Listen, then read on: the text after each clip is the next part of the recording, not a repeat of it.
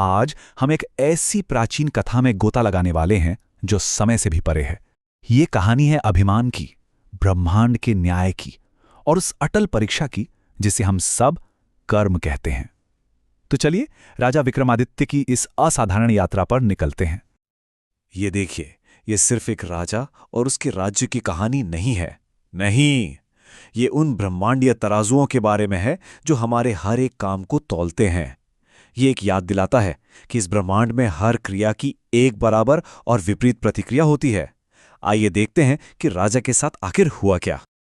तो हमारी कहानी का पहला अध्याय एक ऐसे राजा से शुरू होता है जिसके पास सब कुछ था, ताकत, सम्मान और बेहिसाब गौरव। लेकिन क्या सच में यही सच्ची महानता है? चलिए पता करते हैं। हम बात कर रहे हैं राजा विक्रमादित्य की, एक ऐसा नाम जो न्याय, समृद्धि और प्रजा के सुख का दूसरा नाम था। जरा सोचिए, एक ऐसे साम्राज्य के बारे में जहां हर कोई खुश था और राजा को लगभग देवता की तरह पूजा जाता था। पर अक्सर ऐसा होता है ना कि जब हम कामयाबी के शिखर पे होते हैं तो एक छोटी सी गलती भी हमें नीचे गिरा सकती है। अभिमान का एक पल आने वाले कल को हमेशा के लिए बदल सकता है। और राजा विक्रमादित्य के साथ भी कुछ ऐसा ही होने वाला था। आखिर उनकी भूल थी क्या? ज्योतिष और ग्रहों की एक सभा में उन्होंने शनिदेव का मजाक उड़ाया, जिन्हें हम कर्म और न्याय का देवता मानते हैं। ये सिर्फ एक मजाक नहीं था, ये तो ब्रह्मांड की व्यवस्था को एक सीधी चुनौती थी। और शनिदेव की प्रतिक्रिया क्या थी? जैसा कि ये कहता है, वे क्रोधित थे पर निष्पक्ष भी। यहां सबसे जरूरी शब्द है निष्पक्ष।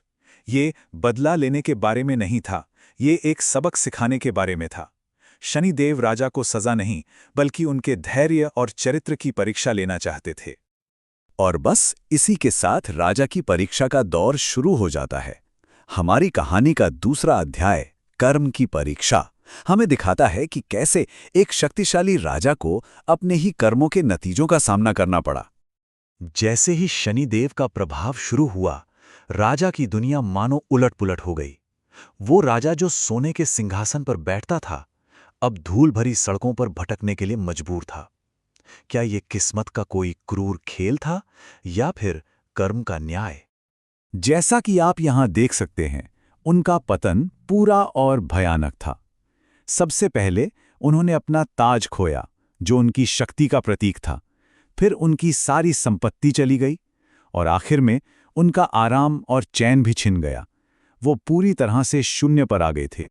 लेकिन कहते हैं ना कि असली चरित्र की परीक्षा तभी होती है जब आपके पास कुछ नहीं बचता। तो क्या राजा इस परीक्षा में पास होंगे? आइए कहानी के तीसरे अध्याय में देखते हैं, विश्वास के साथ सहन करना। देखिए, ये स्लाइड इस कहानी का दिल है। एक तरफ हैं उनकी मुश्किलें, राज्य, धन और आराम का छिन जाना, लेकिन दूसरी तरफ हैं उनके गुण जो और भी मजबूत हो गए। हर नुकसान के साथ उन्होंने एक अनमोल गुण हासिल किया। उन्होंने सच्चाई, विनम्रता और भक्ति का दामन कभी नहीं छोड़ा। और आखिर में यह साफ हो गया कि राजा का असली ताज सोने चांदी का नहीं था। ये तो उनके चरित्र, उनके धर्म और उनकी सच्चाई से बना था। और ये एक ऐसा खजाना था जिसे कोई ग्रह या कोई भाग्य उनसे छीन नहीं सकता था। हर परीक्षा का एक अंत होता है और इतनी कठोर परीक्षा के बाद अब समय था इनाम का।